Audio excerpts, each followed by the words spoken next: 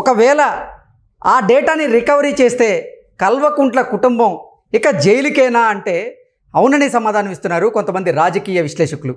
ఇక ఇదే అంశానికి సంబంధించి మనతో మాట్లాడేందుకు ప్రముఖ రాజకీయ విశ్లేషకులు, ప్రముఖ సీనియర్ జర్నలిస్ట్ సిఎస్ రావు గారు మనతో ఉన్నారు. సార్తో మాట్లాడదు. సార్ నమస్తే. సార్ నమస్తే కృష్ణ. సార్, ఈ ఫోన్ ట్యాపింగ్ వ్యవహారంలో ప్రణీత్ రావు మాయం చేసినటువంటి డేటాని రికవరీ చేసేందుకు తెలంగాణ పోలీసులు ప్రయత్నం చేస్తున్నారని, అందుకోసం డేటా రీట్రీట్ను ఉపయోగించబోతున్నారని, ఒకవేళ గనక ఆ డేటాని రికవరీ చేస్తే కల్వకుంట్ల కుటుంబం ఇక జైలుకు వెళ్ళక తప్పదు అంటూ ఒక వార్త ఇప్పుడు సోషల్ మీడియాలో చక్కర్లు కొడుతూ ఉంది.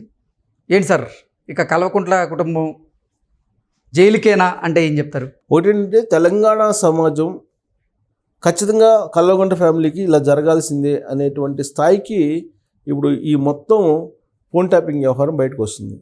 ఈ ఫోన్ ట్యాపింగ్ వ్యవహారాల్లో మొత్తం దాన్ని పరిశీలించిన తర్వాత అబ్బురపడే విధంగా, ఆశ్చర్యపడేటువంటి విధంగా అసలు దాంట్లో ఉన్నటువంటి ఇన్ఫర్మేషన్ ఉందనేది ఇప్పుడు పోలీసు వర్గాలు నుంచి అందుతున్నటువంటి ఒక సమాచారం. ఏంటి ఎలా అనంటే, ఇప్పుడు ప్రణీత్ రావుని అరెస్ట్ చేశారు. ఎప్పుడు అరెస్ట్ చేశారు? మంగళవారం రాత్రి అరెస్ట్ చేశారు. కానీ ప్రణీత్ రావుని అదుపులోకి తీసుకుంది మాత్రం 4 days బ్యాక్ అయితే తీసుకున్నారని చెప్పి న్యూస్ వచ్చింది. అఫీషియల్గా అరెస్ట్ మాత్రం మంగళవారం రాత్రి చూపించారు. ఓకే, అదుపులో తీసుకుంది మాత్రం 4 days బ్యాక్ అయితే తీసుకున్నారనేది మనకు తెలుసు. అంటే ఈ 4 days నుంచి ప్రణీత్ రావు దగ్గర నుంచి ఎంత ఇన్ఫర్మేషన్ పోలీసులు తీసుకొని ఉంటారు, తెలంగాణ పోలీసులు. పైగా ఇప్పుడున్నటువంటి తెలంగాణ పోలీసులు చాలా స్వేచ్ఛగా చట్టబద్ధంగా పనిచేయడానికి అవకాశం ఉంది ఇప్పుడు. సో కాబట్టి ఇప్పుడు Gupta DGP, Srinivas Reddy Hyderabad commissioner, so ఇలా చెప్పుకున్న బట్టి చాలా ఇంటెలిజెన్స్ చీఫ్ సోదర్ రెడ్డి, సో వీళ్ళందరూ కూడా highly qualified, highly efficient police officers. కాబట్టి వీళ్ళు కాన్సన్ట్రేషన్ చేస్తే డేటా అంటూ రాకపోవడం అంటూ ఉండదు. ఇంకోటి ఏంటంటే, అమెరికా పోలీసులు కూడా అప్రిషియేట్ చేసే విధంగా తెలంగాణ పోలీసుకు సంబంధించినటువంటి కమాండ్ అండ్ కంట్రోల్ రూమ్ కానీ, లేదా టెక్నాలజీ పరంగా కానీ వీటన్నిటిని కూడా అందిపుచ్చుకుంది పోలీసు. కాబట్టి ఇప్పుడు ప్రణీత్ రావుకు ఉన్నటువంటి నాలెడ్జ్ ప్రకారం ఆయన ఏం చేశాడంటే, సీసీ కెమెరాలను ఆఫ్ చేసేసి 14 హార్డ్ డిస్కుల్ని, పెన్ డ్రైవ్స్ని వీటన్నిటిని తగలబెట్టాడు. కొన్నింటి మాయం చేశారు. 1600 పేజీల డాక్యుమెంట్స్ని కూడా మొత్తం తగలబెట్టాడు. అంటే దాని అర్థం ఏంది? ఎంతో భయంకరమైనటువంటి నిజాలు ఉండట్టే కదా. ఈ భయంకరమైనటువంటి నిజాలు ఉన్నప్పుడు ఎవరెవరు హస్తం ఉందనేది బయటకు వస్తుంది కదా. ఆయన ఏమనుకున్నాడంటే, ఇవన్నీ తగలబెడతానో, లేదంటే హార్డ్ డిస్క్లు మాయం చేస్తానో, లేదంటే పెన్ డ్రైవ్లు కాల్ చేస్తానో, లేకపోతే సిమ్ కార్డులని తగలబెడతానో, ఇవన్నీ ఇన్ఫర్మేషన్ పోతుంది అని చెప్పి అనుకున్నారు. కానీ ఇప్పుడు ఉండేటువంటి టెక్నాలజీ ప్రకారం దాన్ని మళ్ళా రికవరీ చేసేటువంటి టెక్నాలజీ కూడా ఉంది. దాన్ని డేటా రీట్రీట్ అని అంటారు. టెక్నాలజీ భాషలో డేటా రీట్రీట్ అంటారు. ఈ డేటాని రీట్రీట్ చేయడంలో కూడా నిష్ణాతులు తెలంగాణ పోలీసులు. సో ఆ డేటాని రీట్రీట్ చేశారు. రీట్రీట్ చేసిన తర్వాత ఈ 4 రోజుల పాటు మొత్తం దర్యాప్తు చేసిన తర్వాత, ఎంక్వైరీ చేసిన తర్వాత కల్వకుంట్ల ఫ్యామిలీకి సంబంధించినటువంటి కీలకమైనటువంటి వాళ్ళ ఫోన్ ట్యాపింగ్ జరిగింది. అసలు ఎవరు ఫోన్ ట్యాపింగ్ జరిగింది, ఎవరు జరగలేదని చెప్పుకోవడానికి లేదు. మొత్తం ఆల్మోస్ట్ మై హోమ్ రామేశ్వరరావు దగ్గర నుంచి, మెగా కృష్ణారావు దగ్గర నుంచి, కల్వకుంట్ల ఫ్యామిలీలో ఉండేటువంటి కీలకమైనటువంటి లీడర్ల సతీమణుల దగ్గర నుంచి, గృహిణుల దగ్గర నుంచి అందరిది ఫోన్ ట్యాప్ అయిందని చెప్తున్నారు. ఈవెన్ సంతోష్ రావు కూడా నాది కూడా ట్యాప్ అయిందని చెప్పినట్టు ఇంగ్లీష్ పత్రికలో వస్తున్నటువంటి న్యూస్. అసలు మరి చేయించింది ఎవరు అనేటువంటి క్వశ్చన్ వస్తుంది కదా. ఇప్పుడు చేయించింది ప్రభుత్వ పెద్దలు అని చెప్పి అందరికీ తెలిసినటువంటి విషయమే.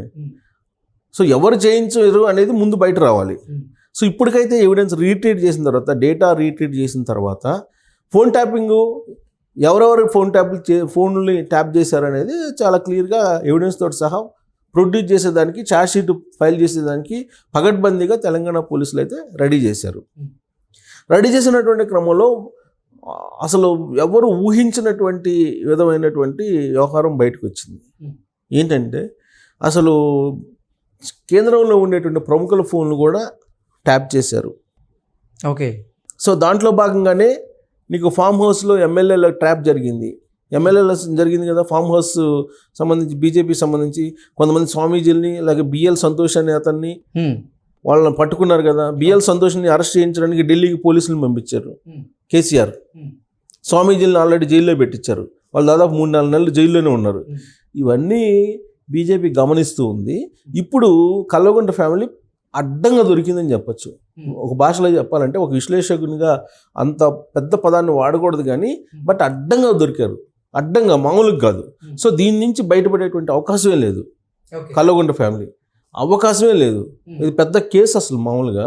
సో ఓటుకు నోటు కేసు దగ్గర నుంచి మొత్తం తీస్తే మొత్తం ఫోన్ ట్యాపింగ్లు అందరి ఈవెన్ కల్వకుంట్ల కేల్ కథం అంటారా ఇక? దుకాణం బంద్, ఓకే దుకాణం బంద్. ఇప్పుడు ఎక్కడ దాకా ఎందుకు ఇప్పుడు ఇప్పుడు రేపు ఎలక్షన్లో అసలు అభ్యర్థులు నిల్చోబెట్టగలరా వీళ్ళు? ఆ కేసు ముందు కేసు వచ్చేస్తుంది కదా బయటికి, కేసు వచ్చేస్తుంది. కేంద్ర ప్రభుత్వం కూడా సీరియస్గా కేంద్ర ప్రభుత్వంలో ఉండేటువంటి పెద్దల ఫోన్లు కూడా ట్యాప్ చేశారని చెప్పి వస్తుంది కదా. వాళ్ళు ఎందుకు కాముకుంటారు? ఉండరు కదా. ఇది సిబిఐకి అప్పు చెప్పినా కానీ ఇంకా పెద్ద కేసు అవుతుంది. సార్ ఇప్పటికే మీరు చెప్తున్నట్లుగా కల్వకుంట్ల కుటుంబంలో ఉన్నటువంటి మెయిన్ వ్యక్తులుగా ఉన్నటువంటి ఇప్పుడు కల్వకుంట్ల కవిత గారి భర్త ఫోన్ ట్యాప్ అయిందని, హరీష్ రావు గారి భార్య ఫోన్ ట్యాప్ అయిందని, సంతోష్ రావు గారి భార్య ఫోన్ ట్యాప్ అయిందని ఇవన్నీ బయటకు వస్తున్న నేపథ్యంలో అసలు వీళ్ళే కేసీఆర్కి దూరం కాబోతున్నారు అంటూ కూడా కొన్ని వార్తలు వస్తున్నాయి. అవును, ఆ రోజు ఏక్నాథ్ షిండే వస్తున్నాడు తెలంగాణకి అని చెప్పి బీజేపీ వాళ్ళు చెప్పారు కదా. 40 మంది ఎమ్మెల్యేలు మాకు టచ్లో ఉన్నారని చెప్పి బీఆర్ఎస్ వాళ్ళు అప్పుడే చెప్పారు కదా, బండి సంజయ్ వాళ్ళు. అంటే హరీష్ రావే ఇక్కడ, హరీష్ రావు కాదు. ఇప్పుడు ఒకటి ఏంటంటే కవితది ఎప్పుడు బయటపడింది, నాతో కూడా మాట్లాడారని చెప్పింది కదా కవిత. ఎప్పుడు చెప్పారు? ఇవన్నీ బయటకు వచ్చిన తర్వాత, ఇది ఫామ్ హౌస్ వ్యవహారం, ఫైల్స్ వ్యవహారం ఇవన్నీ బయటకు వచ్చిన తర్వాత అప్పుడు నాకు కూడా ఫోన్ చేశారని చెప్పారు. అంటే ఇంతకాలం పాటు ఎందుకు దాచిపెట్టినట్టు? కేసీఆర్కి చెప్పకుండా కవిత ఎందుకు దాచిపెట్టినట్టు? కవిత దాచిపెట్టారని అంటే బీజేపీ వాళ్ళతో టచ్లో ఉన్నారు, టచ్లో ఉన్న సంగతి చెప్పకుండా ఈ ఫామ్ హౌస్ ఫైల్స్ బయటకు వచ్చిన తర్వాతనే ఎందుకు నాతో కూడా టచ్లో ఉన్నారు, నన్ను కూడా టచ్ చేశారు, ఆపరేషన్ నా మీద కూడా చేశారని చెప్పేసి చెప్పారు కదా కవిత. అంటే కవితకు కూడా వెస్టర్న్ ఇంట్రెస్ట్లు ఉన్నట్టేగా. ఓకే. హరీష్ రావు ఈ తర్వాత ఈటల రాజేంద్ర ఇద్దరు పోయి బెంగళూరులో పోయి ఈయన కేసీఆర్ ప్రభుత్వం పడగొట్టాలని అప్పట్లో ప్రయత్నం చేశారని చెప్పేసి న్యూస్ వచ్చింది కదా. అందుకే బర్తరఫ్ చేశారు కదా ఈటల రాజేందర్ని. ఇవన్నీ ఫోన్ ట్యాపింగ్ చేస్తేనే కదా బయటపడింది. సో కాబట్టి అసలు ఫోన్ ట్యాపింగ్లు ఎవరు చేశారు ఎవరు చేయలేదని లేదు, దాదాపుగా అందరూ ఫోన్ ట్యాపింగ్లు చేశారు. ఈవెన్ జర్నలిస్టులు కూడా చేశారు, జర్నలిస్టులు చేశారు, బిజినెస్ పీపుల్ చేశారు, పరిశ్రమవేత్తలు చేశారు, ఐఏఎస్లు ఐపీఎస్లు చేశారు.